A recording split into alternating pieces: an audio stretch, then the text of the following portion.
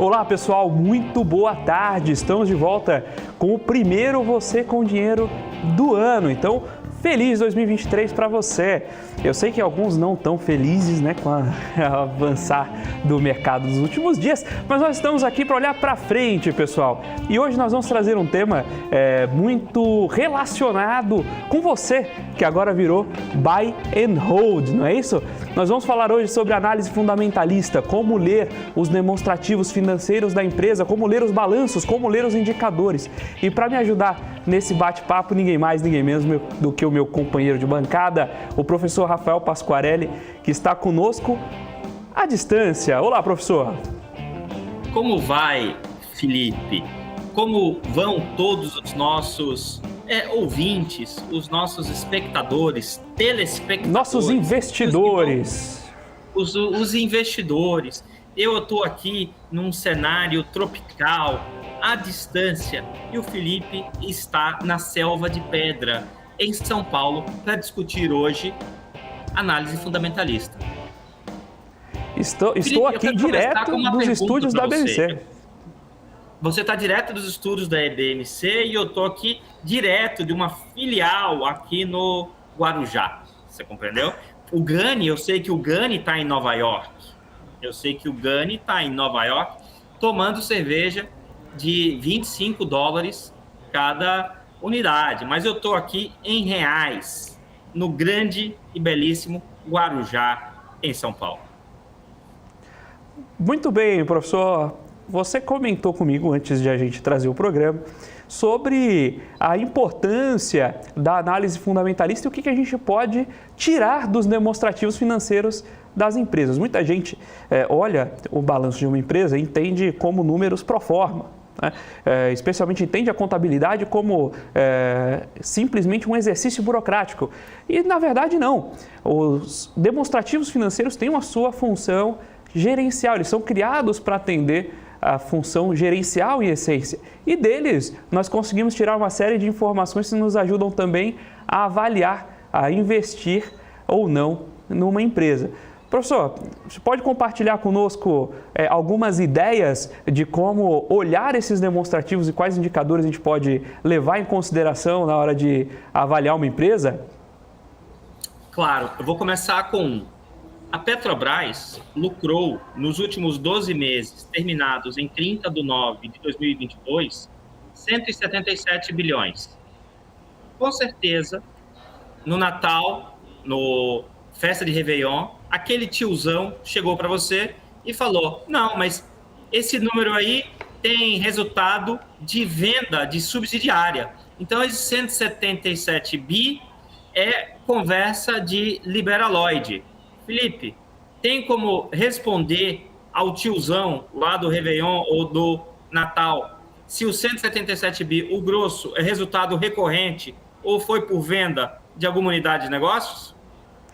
Sem sombra de dúvidas. Aqui, como a Petrobras, como qualquer empresa listada no Brasil, na verdade, qualquer empresa de capital aberto, não necessariamente listada, apresenta os seus demonstrativos financeiros a público trimestralmente, sejam as ITRs, né, os demonstrativos intermediários, sejam as DFPs, são os demonstrativos anuais. Eu estou aqui com o demonstrativo da Petrobras aberto, inclusive no Com Dinheiro, né? Então a gente faz o nosso pequeno jabá por aqui também. O resultado líquido da Petrobras, eu estou puxando aqui o trimestre de 30/9, tá? Só no trimestre 30/9, nos últimos 3 meses, né, de 30/6 a 30/9, teve um lucro acumulado de 46 bilhões de reais. 46 bilhões de reais. Essencialmente, esse resultado é operacional. Você tá acompanhando o balanço, é isso mesmo, professor? Não, é isso aí mesmo que você está falando, Felipe. O grosso disso daí é resultado operacional. Se a gente for olhar o lucro, o resultado líquido das operações continuadas, no trimestre foi 46 bilhões. Então, o que isso significa? Esses 46 bilhões não estão poluídos por resultados de venda de ativo da companhia. Isso daí é resultado da vendinha da Petrobras, do feijão com arroz. Então, o resultado foi muito bom, foi espetacular, e o grosso, como você está olhando aí particularmente aí no último trimestre, quem contribuiu foi o resultado operacional.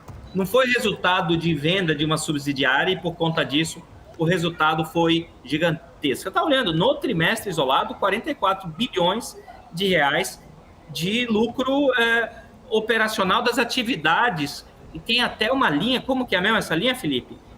Das atividades, como que fala? Resultado líquido das operações continuadas. Você compreendeu? Então, aqui você não deve encontrar resultado fruto de venda de companhia. Por que isso é importante, Felipe? Porque efetivamente é uma preocupação saudável verificar se o resultado da empresa, que foi muito bom, é de origem recorrente ou não recorrente. Então, imagine você que ganha R$1.000 por mês, por hipótese. E aí você fala o seguinte, esse último ano eu ganhei 70 mil. Mas como que você ganha 70 mil no ano se você ganha 1.000 por mês? Não, eu ganhei 12 mil no ano, mas eu vendi uma propriedade por 50 mil reais, por 60 mil reais. Então, essa atividade esse resultado que você teve, essa receita que você teve pela venda da propriedade, ela não é recorrente. Então, efetivamente, é uma preocupação absolutamente cabível verificar se o resultado de uma empresa vem da vendinha, vem do feijão com arroz, né? De comprar, vender mais caro e assim por diante, ou se veio um resultado muito bom porque você vendeu uma unidade de negócio. A preocupação é absolutamente cabível. E aí, já tem um indicador que já mostra isso, que é o lucro operacional. O lucro operacional ou o EBITDA, eles mostram, no caso do lucro operacional, o resultado das atividades operacionais. Então, se a empresa fez uma venda de uma unidade de negócio, isso não deveria estar no lucro operacional. E eu acho que qualquer pessoa que se interesse por investir em ações deveria saber desse aspecto. O que você acha, Felipe? Concordo perfeitamente, professor. Inclusive, me chama a atenção, estou olhando aqui a tela que você deve conhecer bem, é Fundamentalista 1 com dinheiro, e eu vejo que o EBITDA é um pouco maior, por exemplo, do que o lucro bruto na Petrobras. O que explica esse tipo de... não seria uma distorção, o EBITDA não é um indicador contábil, mas eu queria que você explicasse um pouco, professor, onde pode estar essa diferença entre EBITDA e lucro bruto, de modo a permitir um EBITDA superior ao lucro bruto num demonstrativo? Deprê e amor.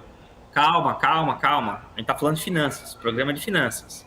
Pessoal que passou o Réveillon ouvindo aquela música sertaneja, aquela música de sofrência, agora tudo parece fazer sentido no mercado financeiro, não é isso? Tudo é culpa de dois elementos, deprê e amor, é isso? Deprê e amor. Então, o que eu quero dizer com deprê e amor? Eu quero falar de depreciação e amortização. Né? A depreciação é a perda de valor de bens corpóreos. Então, imagine que você tem um prédio. Esse prédio, naturalmente, ele não diminui a quantidade de andares ao longo do tempo, mas ele passa a valer menos, ele vai depreciando. E a amortização também é muito parecida com a depreciação. A amortização também é a perda de valor de bens não corpóreos. Então, a amortização de uma licença, a amortização de um direito de uso. Então, você pega uma empresa como a Petrobras, ou qualquer outra empresa petrolífera do mundo, ela possui muitos investimentos. Então, ela tem um ativo fixo, assim, gigantesco. Esse ativo fixo, imagine plataformas de petróleo, caminhões, imagine a quantidade de equipamentos que tem uma petrolífera. E esses equipamentos, eles gradativamente perdem valor, e a expressão da perda de valor desses ativos corpóreos é a depreciação. Então, se aceita que um carro deprecia em 5 anos. Então, essa depreciação, Felipe, ela tem uma natureza contábil. Se quem estiver nos assistindo for um engenheiro, o engenheiro sabe que um equipamento vai perdendo a sua capacidade na medida que ele vai ficando mais velho. E existe a depreciação no sentido contábil, que é a perda de valor, e essa perda de valor, ela não tem efeito caixa, mas ela afeta o resultado da companhia. Então, imagine que você seja dono de um hotel e você investiu 20 milhões de reais na construção do prédio. E vamos assumir que esse prédio deprecia em 20 anos. Então, todo o caixa foi desembolsado quando você construiu esse prédio. Mas a contabilidade permite que você lance a depreciação, vamos supor, por 20 anos.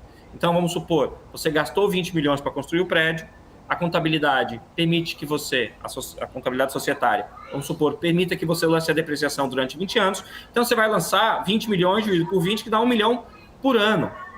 Esse 1 milhão não tem efeito caixa. Ele teve efeito caixa quando você fez o investimento. Mas ele reduz a base de cálculo do lucro tributável. E o lucro operacional, ele está deduzido da depreciação. Mas o EBITDA não está. Então, se a empresa tem uma base de depreciação gigantesca, para você chegar no EBITDA, você pega o lucro operacional e soma a depreciação. E se essa base de depreciação for gigante, o EBITDA pode até acabar ficando maior que o lucro bruto. Foi uma explicação razoavelmente longa, mas não existem respostas muito curtas para perguntas razoavelmente elaboradas, como foi a sua. De fato, pessoal, a gente tenta trazer aqui os temas da maneira mais acessível que a gente consegue, mas se alguém te promete que finanças de empresas, finanças corporativas, é um tema fácil, que qualquer um consegue aprender em 1 ou 2 meses, com 1 ou 2 livros, desculpa, mas esse sujeito está te enganando, porque não é fácil, não é trivial. A gente tenta naturalmente passar pelos tópicos da maneira mais acessível possível, mas é impossível colocar isso em 1 minuto e meio, não é verdade? Mas vamos lá. Eu queria aproveitar aqui a pausa só para agradecer os comentários aqui, o pessoal trazendo Feliz Ano Novo, né? Feliz Ano Novo, Regis Andrade aí deixou o seu tchauzinho. Tem o pessoal aqui comentando que o Marcelo Pereira, Rafael já esclareceu, ele não está na fazenda dele, está na casa de praia. Então, o Marcelo, ele está na casa de praia. Agora, tem um comentário aqui, PD Júnior. Felipe, eu vou quebrar aqui um protocolo. Felipe, manda um abraço para minha prima, Elma Maria, ela te adora. Elma, forte abraço, muito obrigado. A gente não costuma trazer os abraços aqui, mas dessa vez eu vou ter que quebrar o protocolo. Forte abraço, Elma, muito obrigado por nos acompanhar. Rafael, você comentou sobre o EBIT, né? A gente comentou em outros programas também sobre a predileção do mercado financeiro lá da Faria Lima pelo indicador de EBITDA, o EBITDA, né? E o que a gente percebe é que essa predileção acaba se espalhando sem que sem que os novos usuários desse indicador tenham criticado esse indicador. E muitas vezes eles olham o EBITDA como indicador de lucro ou como indicador de geração de caixa. Mas nem sempre todo o EBITDA que a gente tem na empresa, né, que a gente calcula, né? Como eu disse, o EBITDA não é um indicador contábil, é um indicador gerencial calculado a partir do EBIT, somado a depreciações e amortizações, devolvendo depreciações e amortizações, mas ele tem essa presunção de ser a estimativa da máxima capacidade de geração de caixa da empresa, mas ele não é a geração de caixa da empresa. As empresas precisam cobrir parte da sua depreciação e da sua amortização como investimentos, pelo menos parte dela, né? Eu queria que você comentasse, professor, a diferença entre fluxo de caixa e EBITDA e, se possível, a utilidade de um indicador que quem faz análise de empresas, né, no meio profissional, a gente acaba vendo que é muito utilizado, mas que muitas vezes passam batido pelo investidor comum, que é o FCO sobre EBITDA, né, essa relação entre fluxo de caixa operacional e EBITDA. Perfeito, Felipe. Então, o EBITDA, ele é muito apreciado pelo pessoal da Faria Lima e pelo pessoal do Leblon também. Às vezes a gente recebe mensagens, o pessoal falando que só fala da Faria Lima. Ó, pessoal do Leblon, vocês também, tá? Então, não precisa ficar chateado. Então, o ponto é o seguinte, o EBITDA, ele é uma medida que evidencia a capacidade de geração de caixa, sob o ponto de vista operacional de uma empresa. É a capacidade de geração de caixa de uma empresa. E não necessariamente essa capacidade consegue ser entregue na forma de fluxo de caixa. Então, se a gente fizesse uma pergunta assim numa prova, o EBITDA mostra quanto a empresa gera de caixa. E aí muita gente ia responder sim. Aí eu já ia zerar a questão, eu iria zerar a prova e eu nem iria corrigir a próxima prova do bolo de tão chateado que eu ia ficar com essa resposta. Porque o EBITDA não mostra quanto a empresa gera de caixa. O EBITDA mostra quanto a empresa pode gerar de caixa. Quanto a empresa gera de caixa é o fluxo de caixa. Então, você tem duas medidas parecidas, mas, na verdade, elas são bem diferentes. Uma é o EBITDA, que mostra a capacidade que a empresa tem de gerar caixa. E a outra é o fluxo de caixa das atividades operacionais. Na CNTP, não sei se o pessoal lembra aí das aulinhas de química, nas condições normais de pressão e temperatura, o fluxo de caixa, o EBITDA é igual ao fluxo de caixa. Ou se você não gostou do exemplo de química, usando a CNTP, posso usar um exemplo de física. Lembra daquele exemplo de física que o professor falava? Considere uma superfície sem atrito, considere uma bolinha sendo lançada, sem a resistência do ar. Nada disso existe. Tudo isso é teórico. Então, no EBITDA seria o fluxo de caixa da empresa na CNTP ou, usando o exemplo físico, a metáfora física, numa superfície sem atrito. Então, o que eu, se eu fosse investidor, eu não sou, porque eu sou um reles professor, tentando passar um pouquinho do que eu sei, é você que gosta de analisar empresas, verificar quanto que do fluxo de caixa, quanto o fluxo de caixa representa do EBITDA. Então, vamos supor que a empresa de maneira contumaz, entrega um fluxo de caixa que é 30%, que seja 30% do EBITDA. Pô, todo ano, o fluxo de caixa da empresa, fluxo de caixa das atividades operacionais é 30% do EBITDA. Cara, pega esse EBITDA e joga no lixo. Por quê? Porque se todo ano a empresa só consegue entregar 30% do EBITDA, ela tem um gravíssimo problema de converter o EBITDA em fluxo de caixa. O fluxo de caixa não mente. O EBITDA dá para fazer ele mentir. O EBITDA pode ser Pinóquio, né? Então, tem um monte de empresa aí na bolsa com EBITDA Pinóquio. Como o Felipe disse, ela não é uma medida contábil. Você não vai pegar a DRE da empresa ou a DFC da empresa ou qualquer outra demonstração, DRE, DFC, balanço patrimonial, e você vai estar lá escrito assim, EBITDA. Não tem. Porque você vai lá e calcula a partir dos dados do balanço. Só que você sempre vai poder... É sempre possível fazer ajustes. Você compreendeu? Então, e o EBIT da parte do lucro também, que é uma medida contábil. O lucro usa regime de competência. Então, olha o fluxo de caixa das operações. Se o fluxo de caixa das operações for muito parecido com o EBITDA, que eu duvido que seja, aí você usa o EBITDA mais tranquilamente. O Marcelo comentou aqui, né? Os analistas começam a usar o EBITDA como se fosse uma medida de valor, né? O EBITDA não é definitivamente uma medida de valor, é uma medida, de novo, uma tentativa de estimar o fluxo de caixa que poderia ser gerado, mas nunca vai ser. Lembrando, como o professor trouxe, quando você tem o ajuste de depreciação e amortização, ele é um ajuste sim, que é um ponto da DRE, né, que impacta DRE, mas não impacta caixa.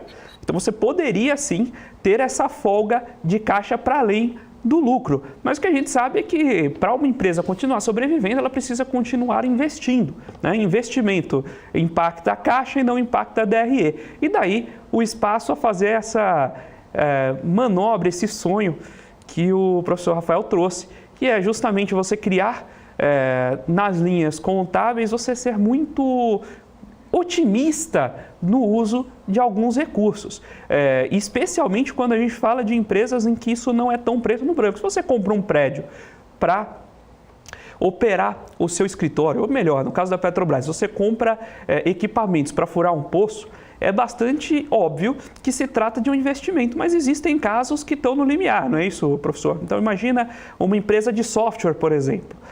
O desenvolvimento do software, né? A contratação dos programadores que desenvolvem um código que vai permanecer gerando valor ao longo do tempo. Isso é investimento ou é despesa? Então, essa é uma boa pergunta. E tem empresas que pegam o desenvolvimento do software e capitalizam, o que eu quero dizer? Lançam no ativo da companhia, e isso teria aqui numa conta de intangível, esse desenvolvimento de software, até que esse software possa ser usado. Então, se a empresa faz isso, automaticamente ela já está dando uma turbinada no lucro. Não tem nada de legal nisso. A contabilidade permite que seja assim. Mas tem outras empresas de software que pegam todo o gasto de desenvolvimento e não ativa. Já joga na DRE, reduzindo o lucro. Aí só com essas informações, imagine duas empresas que façam exatamente a mesma coisa. Só que uma pega o gasto com desenvolvimento de software e capitaliza, ou seja, o gasto com os programadores não passa pela demonstração de resultados, então ela fica com um lucro maior. E a outra empresa concorrente, vamos supor, faz exatamente a mesma coisa em termos de negócios, mas lança esses gastos com desenvolvedores na DRE. Aí essa segunda empresa vai ter um lucro menor. Qual que é melhor de se investir? Qual que é pior? Olha, elas são iguais. Só com essas informações elas são iguais. Só que uma delas vai apresentar um lucro muito maior, que o outro. Se eu fosse o controlador da companhia, eu iria preferir lançar todos os gastos na DRE. Por quê? Porque eu vou reduzir a base de cálculo do imposto de renda na largada. Eu vou pagar muito imposto de renda. Agora, por que eu capitalizaria? Jogaria lá no ativo. Vamos supor que eu queira vender a empresa e eu queira mostrar números mais bonitos. Não joga no resultado, joga lá no ativo da empresa. Mas isso não passa qualquer cara minimamente escolado, quando for analisar os números da empresa, vai perceber que isso está sendo feito, tá bom? Então, é isso. As pessoas têm que ter um mínimo de conhecimento de contabilidade para poder entender as demonstrações financeiras e aí poder tomar as decisões de compra e venda das ações, pensando no buy and hold, né? Também, a gente sabe que tem gestoras que usam essa análise fundamentalista para ficar short em papel, para ficar vendido no papel, e não é para ficar vendido numa operação de day trade, que vai carregar essa posição por algum tempo. Que o diga a esquadra em relação ao grande IRB. Você comentou sobre lançar a despesa como ativo, né? Ativar essa despesa como forma de melhorar o resultado.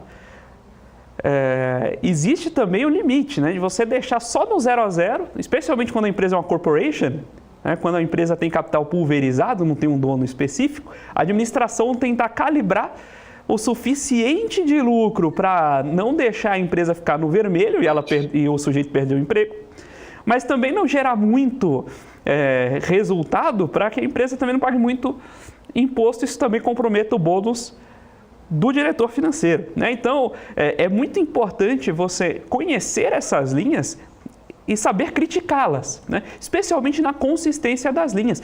E aí, é um ponto importante, né? A gente sempre comenta sobre IPOs. Quando você investe no IPO, você não tem esse histórico, né? É muito mais difícil fazer uma manobra contábil por 10 anos, por 20 anos, do que fazer por 2 ou 3 trimestres prévios à publicação do prospecto. Então, se você vai investir num IPO, esses nuances são muito mais impactantes e você fica muito mais sensível a eles. Quando você tem uma empresa que está listada há muito tempo na Bolsa, é muito mais difícil que ela mantenha essas práticas por muito tempo, porque uma hora o caixa, você vai ter a demanda de caixa para converter ali o resultado, né? E aí, de novo, assim, aí entra a dificuldade. Fazendo assim ou fazendo assado, o fluxo de caixa não muda. O fluxo de caixa não muda, então é muito difícil você permanecer ali por muito tempo fazendo esse tipo de ajuste, ok? Agora, em momentos pontuais é mais fácil, e inclusive isso tem a ver com o negócio da empresa, né? Então, se você tem o próprio caso da IRB, né? A gente soube depois de ajustes ali que não estavam previstos, estavam abertos ao mercado. Vamos lá. Se você volta no negócio da empresa, são negócios muito mais difíceis de a gente avaliar, tem muito mais subjetividade na avaliação dos números. Agora, quando você tem empresas mais regulares, é muito mais fácil de você tocar adiante, você ler um balanço sem tantas possibilidades de flexibilização, ok? Uma coisa que eu queria comentar aqui também, o Rafael comentou sobre ele ser o controlador da empresa. Existe uma diferença entre as demonstrações que são publicadas como consolidado da holding ou da estrutura pertencente e as demonstrações que são publicadas sob o estrito ponto de vista do controlador. Eu queria que o professor Rafael comentasse um pouco sobre esse tema, mas daqui a pouquinho, logo depois do intervalo.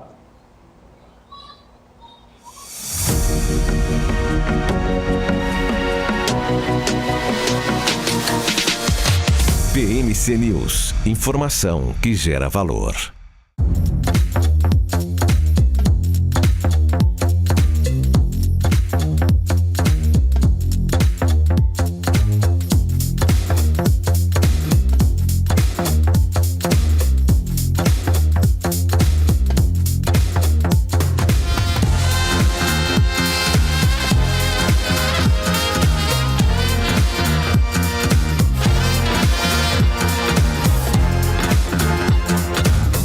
Você está cansado da mesmice? Negociando em plataformas com ferramentas desatualizadas?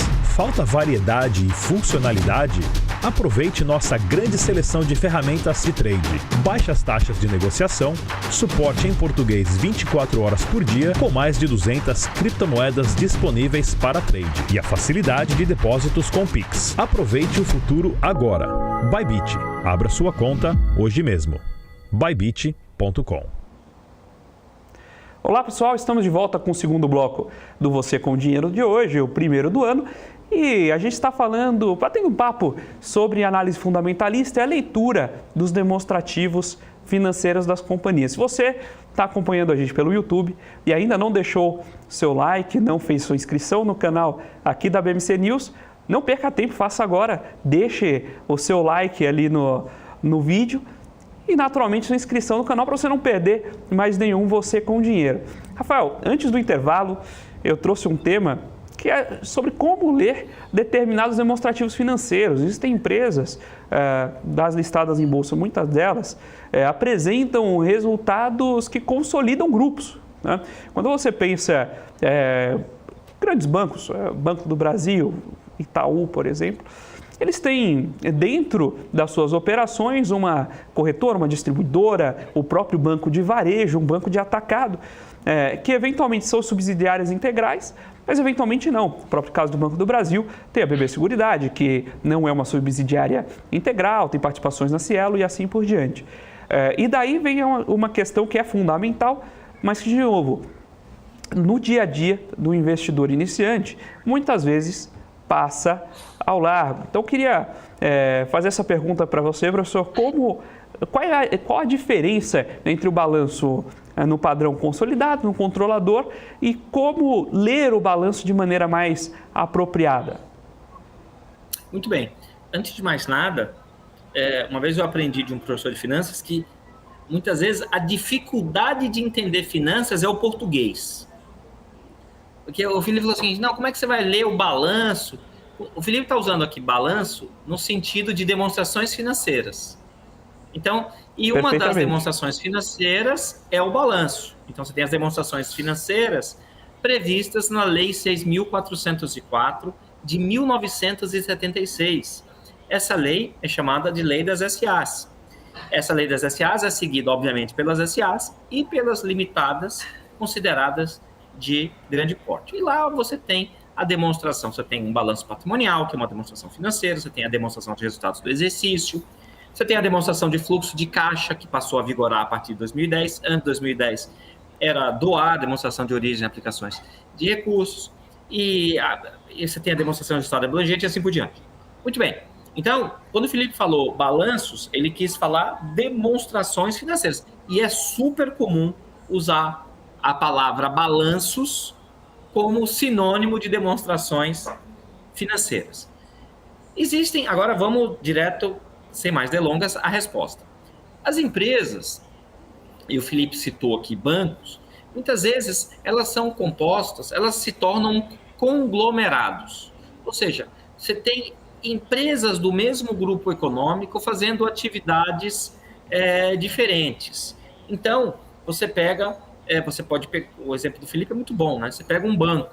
Pô, mas o banco não é só banco, tem a corretora, tem a financeira, tem a seguradora. E todas elas carregam o mesmo nome. Ah, é Bradesco, mas você tem a corretora Bradesco. Você tem a seguradora Bradesco. Você tem o banco Bradesco. Você tem o Bradesco BBI, né, que é a parte do banco de atacado. Então, você tem várias instituições. E muitas vezes, quem controla essas instituições é uma holding. Essa holding pode ser operacional ou não. Então, você tem lá uma Itaúsa.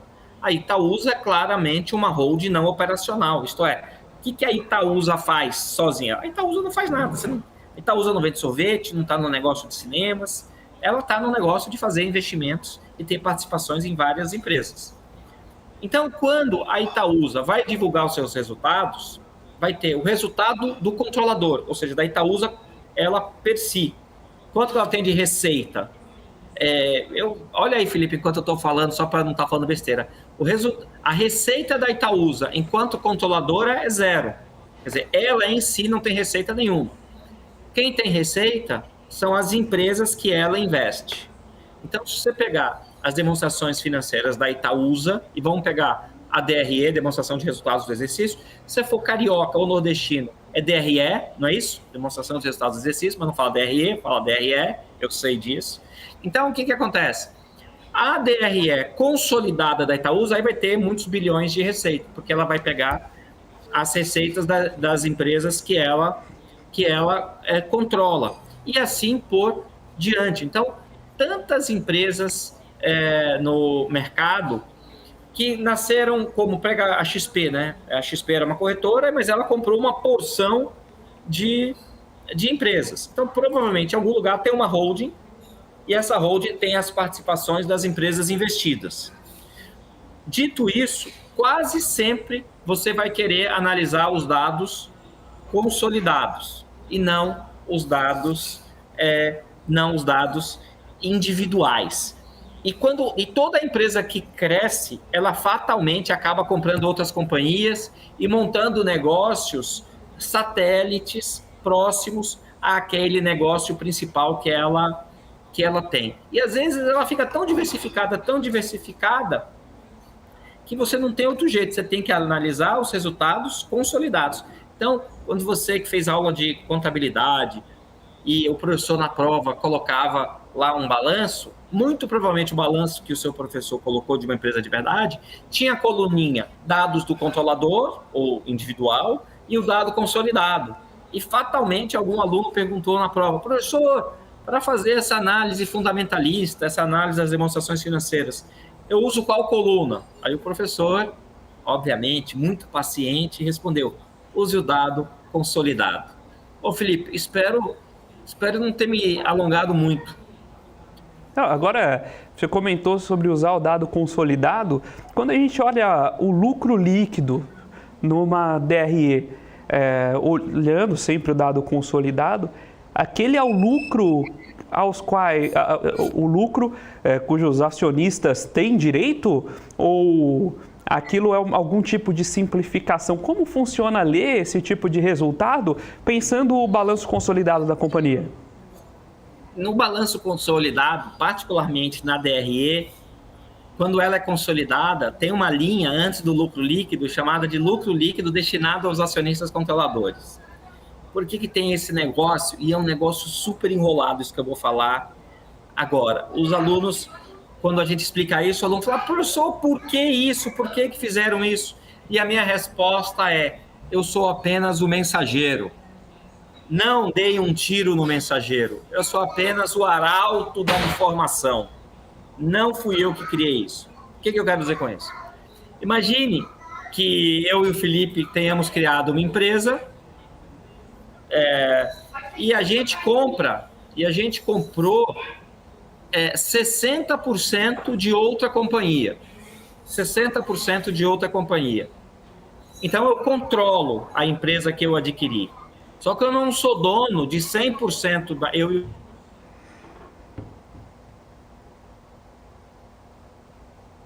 Tivemos um probleminha de conexão. Imagino que o que o professor traria justamente que quando você adquire essa fração da companhia, você tem o controle, então você tem direito sobre a gestão, você consegue opinar sobre as diretrizes da empresa, mas não tem a integralidade dos lucros. Então isso traz uma interpretação um pouquinho diferente ao número que a gente vê. O professor está se conectando de novo. Assim que ele retomar, a gente volta ao assunto. Queria aproveitar então para agradecer outro comentário aqui do Marcelo Pereira, que é sobre a interpretação do resultado do Bradesco. Então, por exemplo, você tem o caso do Bradesco em que 30% do resultado vem da Bradesco Seguros, né? O Itaú tem operações de seguros, mas em menor proporção. Então, quando você olha as duas empresas, embora pareçam concorrentes e pareçam semelhantes, é importante levar em consideração que a origem do negócio é distinta. Então, fica ali o recado que a gente sempre reforça por aqui, que atrás do número que você vê na tela, daquele ticker, você tem também uma empresa, um negócio que deve ser avaliado. Então, conhecer as linhas de operação, conhecer os negócios da empresa é fundamental antes de investir, especialmente no longo prazo, ok? Pessoal, agora a gente vai caminhar para o segundo intervalo e daqui a pouco a gente volta com o terceiro e último bloco do Você com Dinheiro.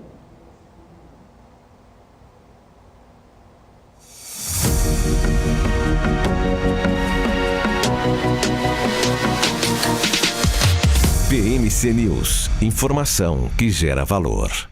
As empresas que fazem parte do seu dia a dia estão em uma das maiores bolsas do mundo, a Nasdaq.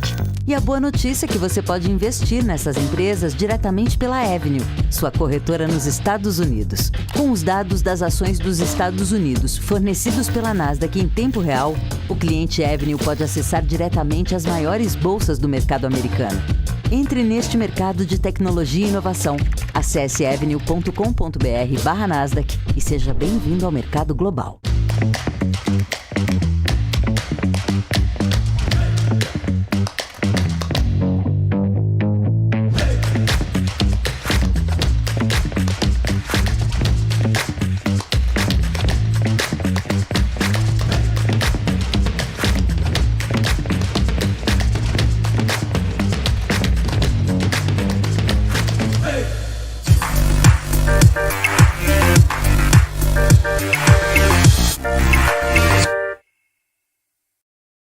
As empresas que fazem parte do seu dia a dia estão em uma das maiores bolsas do mundo, a Nasdaq. E a boa notícia é que você pode investir nessas empresas diretamente pela Avenue, sua corretora nos Estados Unidos. Com os dados das ações dos Estados Unidos fornecidos pela Nasdaq em tempo real, o cliente Avenue pode acessar diretamente as maiores bolsas do mercado americano. Entre neste mercado de tecnologia e inovação. Acesse avenue.com.br/Nasdaq e seja bem-vindo ao mercado global. Você está cansado da mesmice, negociando em plataformas com ferramentas desatualizadas? Falta variedade e funcionalidade? Aproveite nossa grande seleção de ferramentas de trade. Baixas taxas de negociação, suporte em português 24 horas por dia, com mais de 200 criptomoedas disponíveis para trade e a facilidade de depósitos com Pix. Aproveite o futuro agora. Bybit. Abra sua conta hoje mesmo. Bybit.com. Notou a inflação explodindo recentemente? Preço da gasolina? O seu dinheiro está desaparecendo? Rentabilize suas criptomoedas com a Bybit Ganhos. Tudo isso em uma plataforma intuitiva, segura e dinâmica. Não perca mais tempo, porque tempo é dinheiro. Abra sua conta hoje mesmo. Bybit.com.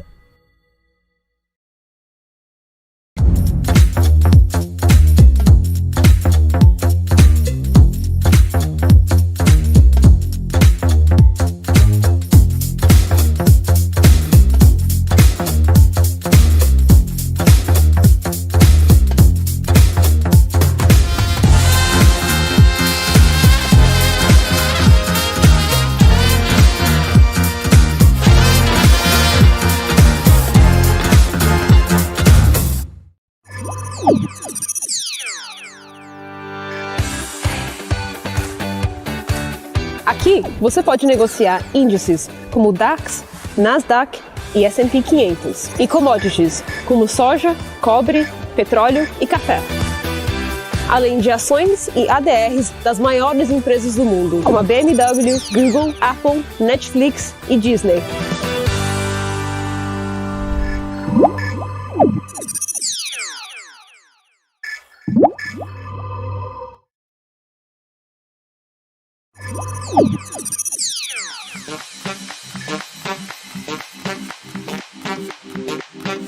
Entendemos completamente os sistemas, tecnologia e infraestrutura necessários para criar o ambiente de negociação ideal para os nossos clientes. E o Trader Active conta com vantagens que fazem toda a diferença no dia a dia de operações. Aqui você pode negociar com as plataformas mais poderosas do mercado financeiro. Nós fomos uma das primeiras corretoras mundiais a oferecer a MetaTrader, a plataforma mais utilizada no mundo, com acesso totalmente sem custos. Oferecemos também a nossa própria plataforma, a Active Trader, que foi desenvolvida sob medida para atender às necessidades dos nossos clientes, com tecnologia de execução exclusiva que proporciona uma performance totalmente fora da curva. Ela utiliza os mais avançados recursos gráficos da TradingView e traz uma experiência de negociação diferenciada.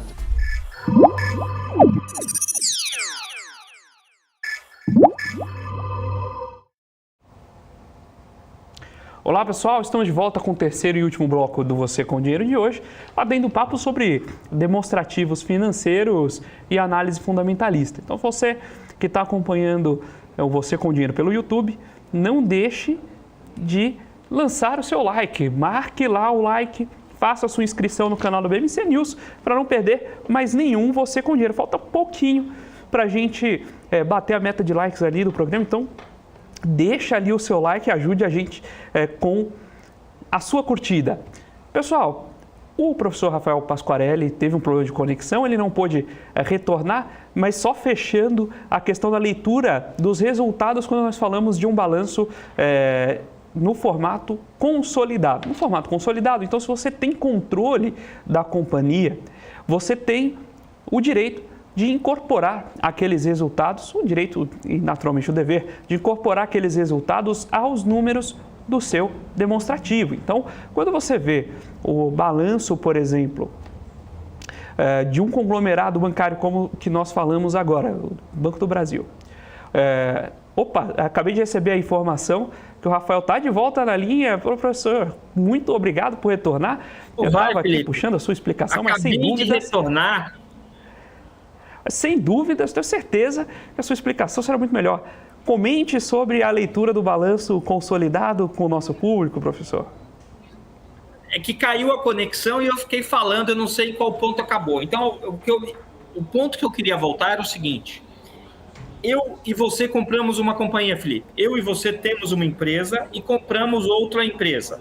Só que a gente comprou só 60% do capital dela. Quando nós formos montar a nossa DRE, a gente vai consolidar 100% da receita da empresa que investimos ou só 60%, Felipe? O que você acha? Né? Mas eu vou ajudar aqui na pergunta retórica didática. Eu vou falar que a gente tem que consolidar 60% dos lucros, porque é o óbvio, né? Exato. Então, quem nunca pensou isso, que jogue a primeira pedra, não é isso, Felipe? Então, acontece que, pela regra de consolidação, se a empresa A controla a B, toda a receita da B vai para A na hora de consolidar. Só que a gente sabe, você tem que ter essa informação, mas na hora de mostrar o lucro líquido consolidado,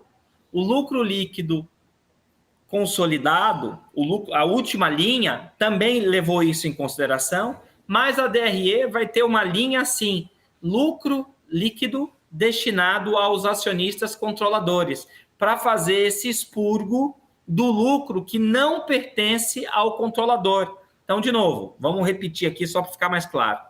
Eu e o Felipe, vamos supor que nós tenhamos uma empresa e que a gente comprou outra empresa, só que a gente não comprou 100% do capital da empresa que nós investimos, que eu vou chamar de empresa investida. Nós compramos 60% do capital da empresa investida. Se a gente tem 60% do capital e essa empresa investida só tem ação ON, só tem ação ordinária, nós controlamos a empresa investida, mas não temos direito a 100% do lucro da empresa investida. Por este motivo, na DRE consolidada da empresa investidora, vai ter a linha lucro líquido. Essa linha lucro líquido assume que a empresa investidora tenha 100% do capital das empresas investidas, mas também vai ter na DRE da empresa investidora uma linha chamada lucro líquido atribuído aos controladores. E deveria ser essa linha a ser analisada quando você considera a empresa investidora como um todo. Porque essa linha, lucro líquido atribuído aos sócios controladores, é essa linha que diz quanto de lucro cabe ao controlador, e não é o lucro líquido inteiro da demonstração consolidada. É razoavelmente enrolado, mas eu acho que eu consegui passar a mensagem.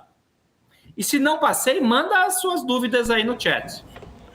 Se você está pensando na capacidade de investimento da empresa, por exemplo, dado que ela é controladora das demais, você deveria usar o lucro líquido ou o lucro líquido associado ao sócio controlador? Deveria usar o lucro líquido destinado ao sócio controlador. Mas, por outro lado, tem outro problema aí também, né? Tem outro problema. Aí eu vou calcular, por exemplo, a margem líquida. E a margem líquida é o lucro líquido sobre a receita líquida. Aí vai ficar uma confusão tremenda. Por quê? Porque não existe receita líquida atribuída aos controladores. Não existe isso. A receita líquida é o todo. Então, aí você começa a perceber as dificuldades, as deficiências, as limitações dos indicadores quando a gente está calculando essas métricas para holdings que tem um monte de empresa investida e muitas dessas participações não são de 100%, são de 55%, 60%, 70%. E aí você começa a ter dados que ficam razoavelmente discrepantes. Uma coisa interessante é que se quem estiver nos assistindo tiver com muita dúvida, isso é um bom sinal. Eu tenho mais preocupação quando o cara que não tem dúvida nenhuma. Não, entendi tudo, assim. O cara que diz que entendeu tudo, eu tenho sérias dúvidas se o cara realmente entendeu metade do que ele acha que entendeu.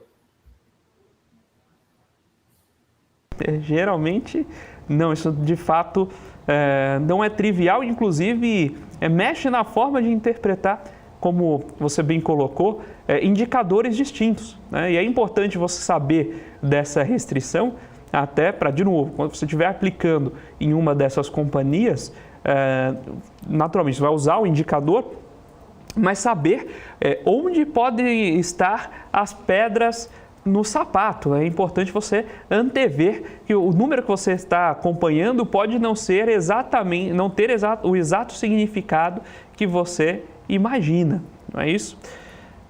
Professor E eu digo mais, Felipe, eu digo mais. Não vai ser no curso de contabilidade que você fizer que você vai ter condições de entender o que a gente está discutindo aqui. Por quê? Porque é uma minúcia bem grande, desculpa a contradição entre os termos, é uma minúcia grande, é uma minúcia, mas tem efeitos muito importantes na interpretação dos dados. E às vezes o camarada não está preparado ainda para entender isso. E se ele não está preparado ainda para entender isso, ele teria que tomar mais cuidado antes dele mesmo comprar as ações, né? Perceba que o que a gente fala aqui não é muito próprio do comportamento do trader. A gente está falando aqui de técnicas de avaliação de investimentos para comprar ação, basicamente para o cara que vai comprar e vai ficar por um tempo, mesmo comprado ou vendido, né? Porque tanto faz, você poderia também ter uma tese que a empresa também está mal, mas a gente não está falando aqui de técnicas para você comprar e vender, entrar e sair no mesmo dia. A gente está falando aqui de técnicas para comprar e carregar. Mas se o cara não entende o mínimo de contabilidade ou dessas coisas, desses conceitos que nós estamos falando, eu sugeriria fortemente que ele procurasse um fundo de ações para investir, não ele próprio comprar as ações, porque ele talvez não soubesse ou ele não saiba o que ele está fazendo. Inclusive, existe o mínimo de tempo que você vai passar por recessões robustas. Por exemplo, a gente está sempre comentando que o fluxo de caixa tende a ser menor que o EBITDA, mas uma empresa que tem a depreciação muito alta em investimentos pontuais, né, você faz um investimento a cada 30 anos, que vai se depreciando ao longo desses 30 anos, durante a maior parte do tempo, você vai ter um fluxo de caixa maior do que esperado no lucro, por exemplo. Né? E essa inversão você só vai aprender caindo em cada um desses casos, em cada uma das situações. A gente comentou já aqui no programa sobre o balanço de empresas locadoras de veículos, né? Se você coloca investimento para dentro do resultado ou não, enfim. Existem uma série de nuances que você só vai aprender com o tempo e passando por cada uma das empresas. Professor Rafael, Felipe, muito obrigado pela participação de hoje. Diga, eu tinha uma situação anômala para interromper. mostrar, mas não vai dar tempo da gente discutir. Sabe a consulta que eu fiz, Felipe, enquanto você estava falando aí? Diga. Em um minuto. Eu usei o Com Dinheiro para perguntar se tem empresa que o lucro líquido é maior que zero e o lucro líquido associado aos controladores é menor que zero. E aí, o que você achou? Encontrei 3 empresas. Eu encontrei a Cinesystem, encontrei a Elemídia e encontrei a Oncoclínicas. No caso da Oncoclínicas, Felipe, mas a gente avalia isso em outra oportunidade. A Oncoclínicas teve um lucro nos últimos 12 meses de, vamos supor, 39 milhões de reais positivo. Mas o lucro atribuído aos controladores é negativo em 9 milhões. Como interpretar estes números, Felipe? Mas eu acho que vai ser um tema para um próximo programa, hein, Felipe? Vamos trazer esse tema no próximo programa. Agora, a gente lamentavelmente tem que encerrar. Professor, muito obrigado pela sua participação. Sem problema, Felipe. Até a próxima oportunidade. Um abraço. Um abraço. Pessoal, muito obrigado pela sua audiência. Fique agora com a Débora Oliveira no Top News para o fechamento do mercado de hoje. E até amanhã com mais um Você com Dinheiro.